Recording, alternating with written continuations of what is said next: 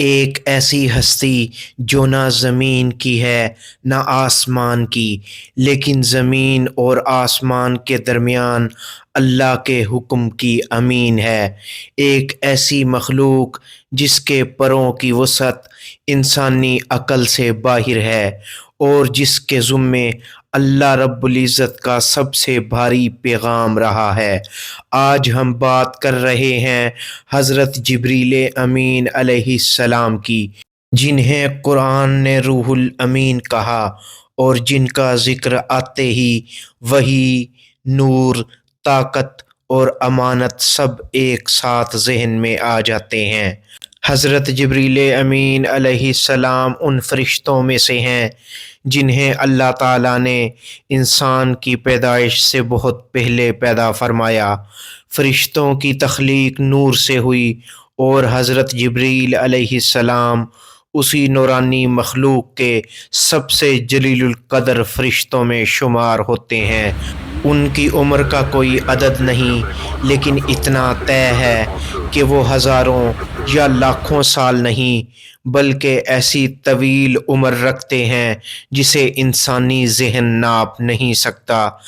جب ابھی زمین، آسمان، انسان اور جنات اپنی موجودہ صورت میں نہ تھے، تب بھی حضرت جبریل علیہ السلام اللہ کے حکم کے منتظر تھے۔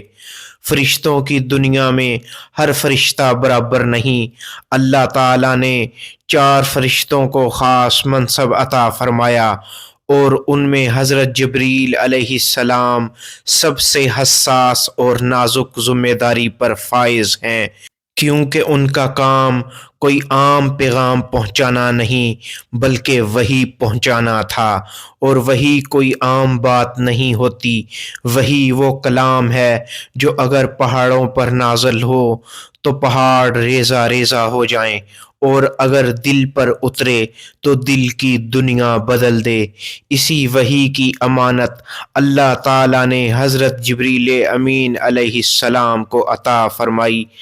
یہ بات واضح طور پر سمجھ لینی چاہیے کہ حضرت جبریل علیہ السلام نہ تو وحی کے خالق ہیں، نہ اس میں کسی قسم کی کمی بیشی کر سکتے ہیں۔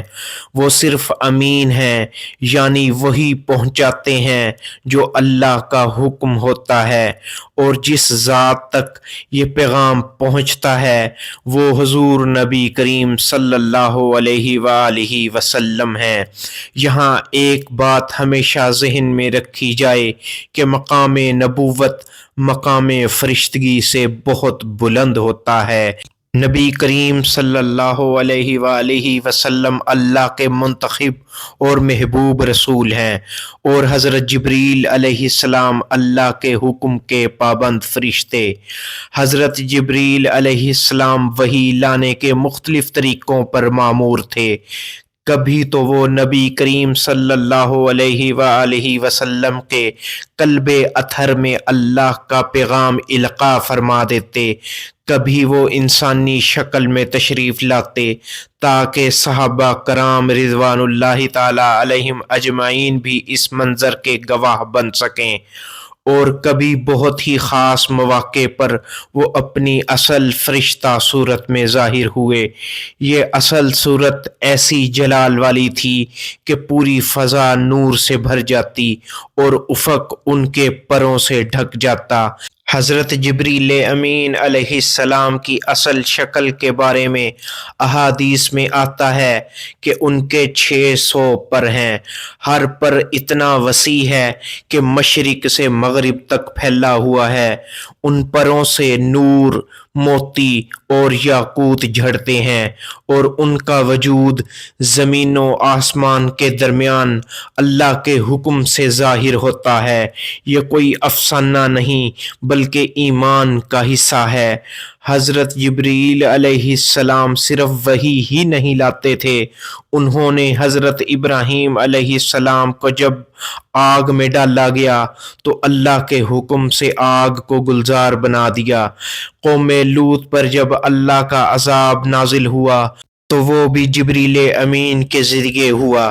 غزوہ بدر میں فرشتوں کی قیادت بھی جبریل امین کے ذمے تھی، اور نبی کریم صلی اللہ علیہ وآلہ وسلم کے ساتھ ہر نازک مرحلے میں اللہ کے حکم سے موجود رہے اور نبی کریم کی خدمت کرتے رہے۔